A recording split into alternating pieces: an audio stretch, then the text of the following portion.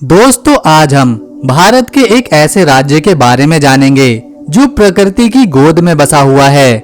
इसीलिए यह राज्य भारत के सबसे खूबसूरत राज्यों में भी गिना जाता है। साथ ही इस स्टेट का वातावरण लोगों के रहने व घूमने के लिए काफी अच्छा होता है।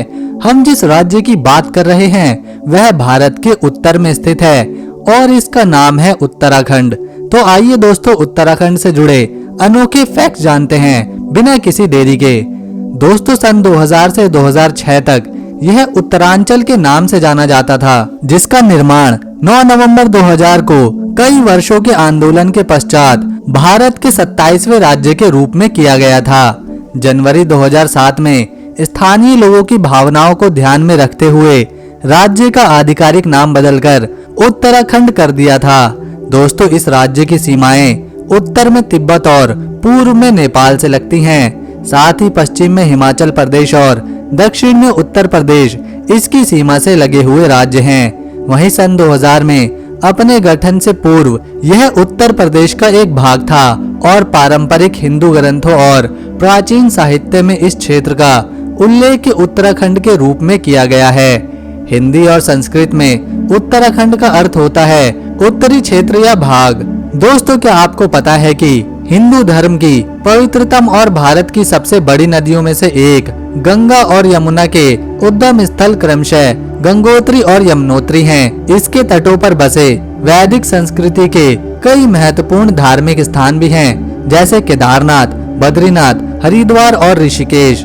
दोस्तों, देहरादून उत्तराखंड की अंतरिम राजधानी होने के साथ इस राज्य का सबसे बड़ा नगर भी है, लेकिन विवादों और संसाधनों के अभाव के चलते अभी भी देहरादून अस्थायी राजधानी बना हुआ है। वहीं राज्य का उच्चतम न्यायालय नैनीताल में मौजूद है। दोस्तों, उत्तराखंड का अधिकांश भाग हिमालय श्रृंखला के साथ आता है, जो ऊंची हिमालय चोटियों और हिम नदियों से ढका हुआ है, जबकि नीचे तलहटियां सघन वनों से ढकी हुई हैं। वहीं उत्तराखंड हिमालय श्रृंखला की दक्षिणी ढलान पर होने के कारण यह मौसम और वनस्पति में ऊंचाई के साथ साथ बहुत परिवर्तन होता है और निचली सतह के अधिकांश भाग को खेती के लिए साफ कर दिया गया है। दोस्तों, भारत के प्रमुख राष्ट्रीय उद्यान इस राज्य में ही हैं, जैसे जिम कॉर्बेट राष्ट्रीय उद्यान, यह भारत का सबसे पुराना राष्ट्रीय उद्यान है।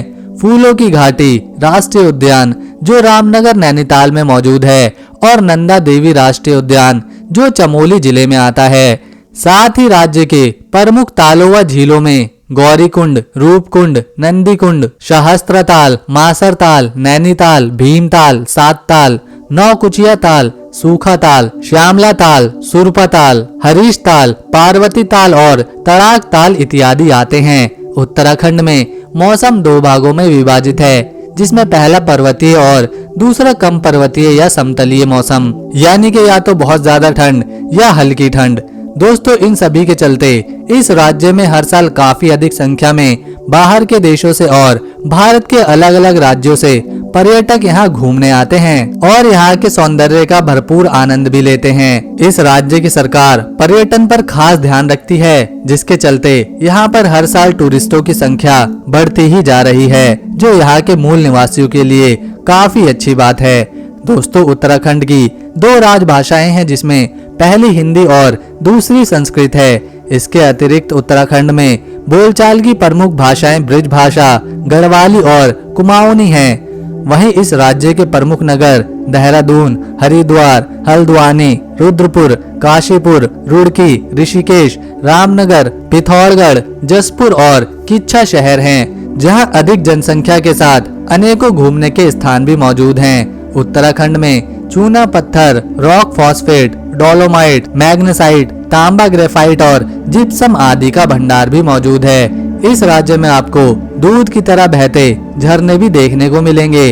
दोस्तों, उत्तराखंड जिसे देवभूमि के नाम से भी जाना जाता है और हिंदू धर्म के यहाँ पर कुछ सबसे पवित्र तीर्थ स्थान भी मौजूद हैं, जहाँ हजारों वर्षों से भी अधिक समय से तीर्थ यात्री मोक्ष और पाप शुद्धिकरण की खोज में यहाँ पर आते रहे हैं। उत्तराखंड के हरिद्वार में प्रति 12 वर्षों में कुंभ के मेले का आयोजन किया जाता है, जिसमें देश विदेश से आए करोड़ों श्रद्धालु भाग लेते हैं। दोस्तों उत्तराखंड का कुल क्षेत्रफल 53,483 स्क्वायर किलोमीटर के एरिया में फैला हुआ है और यहाँ की कुल जनसंख्या 1,13,00,000 के आसपास है। दोस्तों अगर आप भारत में कहीं घूमने का प्लान बना रहे हैं तो उत्तराखंड के नैनीताल और देहरादून को जरूर विजिट करें, क्योंकि इससे खूबसूरत जगह प्रकृति के रूप में आपको शायद ही किसी और राज्य में देखने को मिले।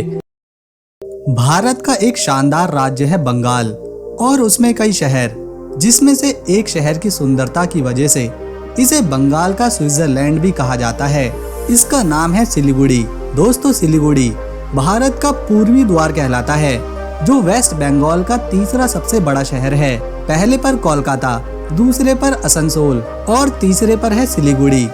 अगर इस शहर के इतिहास की बात करें तो 1800 में ब्रिटिश शासन के दौरान सिलीगुड़ी को विकसित किया गया था, लेकिन प्राचीन भारत में सिलीगुड़ी पूर्वी भारत का एक मुख्य केंद्र था, जिसके चलते इसके पास मणिपुर, अरुणाचल प्रदेश, कामाख्या जैसे राज्य का केंद्र था। ब्रिटिश शासन में अंग्रेजों ने वेस्ट बंगाल के सबसे बड़े शहर कोलकाता को भारत की राजधानी बनाने के लिए विकसित किया था।